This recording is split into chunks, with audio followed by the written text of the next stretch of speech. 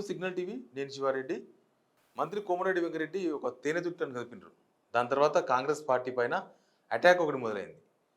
అది కోమరెడ్డి వెంకరెడ్డి చెప్పింది. బీజేపీ నుంచి 8 మంది ఎమ్మెల్యేలు, బీఆర్ఎస్ నుంచి 12 మంది ఎమ్మెల్యేలు, మొత్తం 20 మంది ఎమ్మెల్యేలు కాంగ్రెస్లోనికి రావడానికి రెడీగా ఉన్నారు. ఇంకా మేము గేట్లు తెరవలేదు, గేట్లు తెరిస్తే వాళ్ళందరూ వచ్చేస్తారని కోమరెడ్డి వెంకరెడ్డి చేసిన comment. Already CM Revanth Reddy ఏమో గేట్లు ఓపెన్ చేసినాం, ఇంకా స్టార్ట్ అయిందన్నారు. ఖైరదాబాద్ ఎమ్మెల్యే దానా నాగేంద్ర అదే రోజు చేరిండ్రు. ఆ తర్వాత ఇక ఎమ్మెల్యేలు అయితే కడియం శ్రీహరి ఒకరు కాంగ్రెస్లో చేరిండ్రు. ఆయన కూడా ఇక గేట్లు తెరిచినామని రేవంత్ రెడ్డి చెప్తే గేట్లు ఇంకా తెరవలేదు, 20 మంది ఎమ్మెల్యేలు వస్తారని కోమరెడ్డి వెంకరెడ్డి చెప్పారు. ఇక దీనికి వచ్చిన స్పందన కూడా అట్లే ఉంది. కోమరెడ్డి వెంకరెడ్డి కామెంట్ చేసిన తర్వాత కొద్దిసేపు క్రితం బీజేపీ ఎమ్మెల్యే మహేశ్వర్ రెడ్డి ఒక కామెంట్ చేసిండ్రు. మహేశ్వర్ రెడ్డి చేసిన కామెంటు, బీజేపీని కనుక టచ్ చేస్తే 48 గంటల్లో మీ ప్రభుత్వం పడగొడతాం. అసలు 5 మంది మంత్రులు కాంగ్రెస్లో ఉన్న వాళ్ళు 5 మంది మంత్రులు బీజేపీకి టచ్లో ఉన్నారు. కోమటిరెడ్డి వెంకటరెడ్డి ఏక్నాథ్ షిండే పాత్ర పోషిస్తానని కేంద్ర మంత్రి గడ్కరీని కలిసినప్పుడు చెప్తే మేము ఒప్పుకోలేదు, కోమటిరెడ్డి వెంకటరెడ్డిని ఎవరు నమ్మే పరిస్థితులు లేరు కాబట్టి మేము కూడా ఒప్పుకోలేదని సంచలన ఆరోపణలు చేసిండ్రు మహేశ్వర్ రెడ్డి. మంత్రి కోమటిరెడ్డి వ్యాఖ్యల మీద బీజేపీ మల్కాజ్గిరి అభ్యర్థి ఈటెల రాజేందర్ కూడా అంతే తీవ్రంగా స్పందించారు. మీరు మా 8 మందిని టచ్ చేస్తే, మా 8 మంది బీజేపీ ఎమ్మెల్యేలు కాంగ్రెస్ టచ్లో ఉంటే కాంగ్రెస్ నుంచి 60 మంది ఎమ్మెల్యేలను గుంజడం మాకు పెద్ద పని కాదు. మేము టార్గెట్ చేస్తే కాంగ్రెస్ 60 మంది ఎమ్మెల్యేలు మా పార్టీలోకి వస్తారని ఈటెల రాజేందర్ కూడా కౌంటర్ ఇచ్చిండ్రు. సేమ్ అంతకుముందు బీఆర్ఎస్ ప్రభుత్వం ఎట్లయితే ఎమ్మెల్యేలను కొన్నదో ఇప్పుడు రేవంత్ రెడ్డి ప్రభుత్వం కూడా బీఆర్ఎస్ ఎమ్మెల్యేలను లేకపోతే ఇతర పార్టీల ఎమ్మెల్యేలను కొనే ప్రయత్నం చేస్తుంది. కొంతమందిని కొన్నది, ఇంకా కొనే ప్రయత్నం చేస్తే మేము కూడా అంతే స్థాయిలో కాంగ్రెస్ ప్రభుత్వం నుంచి, కాంగ్రెస్ పార్టీ నుంచి 60 మంది ఎమ్మెల్యేలను కూడా కొనడం మాకేం పెద్ద పని కాదన్నట్టుగా ఈటెల రాజేందర్ మాట్లాడారు. ఇప్పుడు కోమటిరెడ్డి వెంకరెడ్డి అనవసరమైన ఈ ఇష్యూను, అనవసరంగా ఈ ఎమ్మెల్యేలు ఆ పార్టీ ఎమ్మెల్యేలు టచ్లో ఉన్నారు, ఈ పార్టీ ఎమ్మెల్యేలు టచ్లో ఉన్నారు, ఈ అంశాన్ని ఎందుకు తెర మీద తీసుకొచ్చారు అనేది ఇంపార్టెంట్. ఆల్రెడీ రేవంత్ రెడ్డి ఏమో గేట్లు ఓపెన్ చేసినాం, ఇంకా ఒక్కొక్కరు వస్తారని చెప్తుంటే రేవంత్ రెడ్డి సేమ్ గేట్లు ఓపెన్ చేసినాం అని చెప్పిన తర్వాత ఒక్కొక్క ఇంటికి పోయి గేట్లు ఎందుకు కొడుతున్నారన్న ఆరోపణ ఆల్రెడీ ఉంది. రేవంత్ రెడ్డి గేట్లు తెరిస్తే వాళ్ళందరికీ వాళ్ళు వచ్చి కాంగ్రెస్ చేరాలి తప్ప రేవంత్ రెడ్డి ఒక్కొక్క ఇంటికి పోయి గేటు తలుపు తట్టి గేటు తెరిచి వాళ్ళను కాంగ్రెస్ పార్టీలోకి ఎందుకు ఆహ్వానిస్తున్నారని. కానీ బీఆర్ఎస్ను గెలిగితే కాంగ్రెస్కు ఏం కాకపోవచ్చు, కానీ బీజేపీని గెలిగితే అది తీవ్రంగా ఉంటుందని బీజేపీ నేతల వ్యాఖ్యలను బట్టి చాలా ఈజీగా మనకు అర్థమవుతుంది. ఈటెల రాజేందర్ మాట్లాడినా, మహేశ్వర్ రెడ్డి మాట్లాడినా మీరు టచ్ చేసి చూడండి, మీ ఎమ్మెల్యేలు ఎక్కడుంటారో ఎట్లుంటారో చూస్తామని చెప్తున్నారు.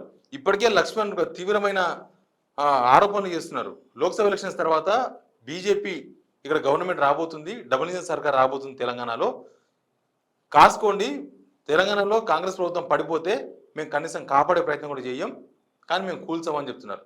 అసలు ఈ వ్యాఖ్యల నర్మగర్భం ఏందో, ప్రధాని నరేంద్ర మోడీ ఉన్న స్టేజ్ పైనే లక్ష్మణ్ ఇట్లాంటి కామెంట్ చేసిండంటే దీని వెనుక ఏదో మొదలగు ఉంది, ఏదో సీరియస్గా వర్క్ చేస్తున్నారన్న చర్చ ఒకటి ఉంది.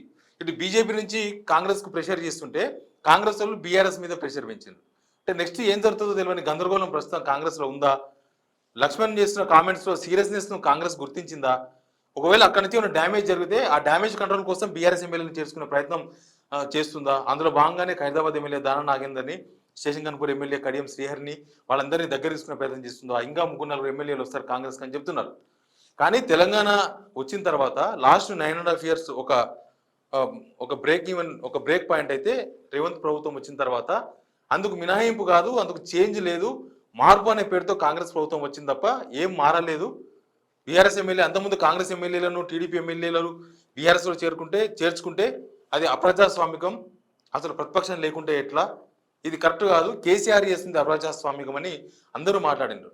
అసలు రాజీనామా చేయకుండా ఎమ్మెల్యే పదవికి ఎవరైతే పార్టీ మారుతారో వాళ్ళని రాళ్లతో కొట్టాలి, రప్పలతో కొట్టాలి, వాళ్ళను శిక్ష చేయాలి, వాళ్ళని రాజ్యాంగంలో మార్పు చేయాలని అప్పుడు పీసీసీ ప్రెసిడెంట్గా ఉన్న రేవంత్ రెడ్డి చెప్పినారు.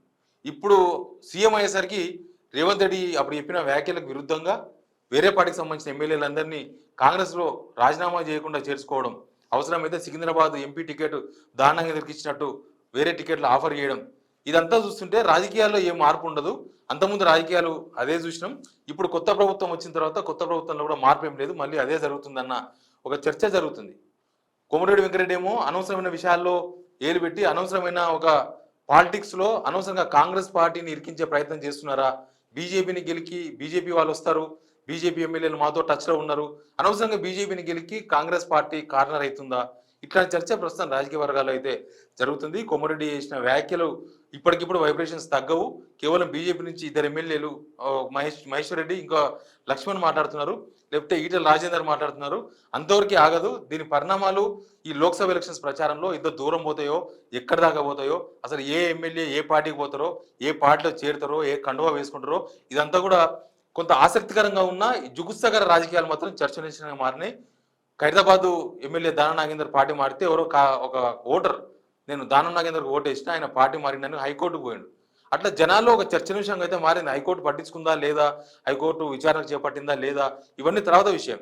కానీ ఓటర్ కోర్టుకు పోయిందంటే ఓటర్ ఈ విషయాలను ఎంత క్షుణ్ణంగా పరిశీలిస్తున్నారు, ఎంత ఆలోచిస్తున్నారు అని మాత్రం చాలా క్లియర్గా మనకు అర్థమవుతుంది. Please subscribe signal TV.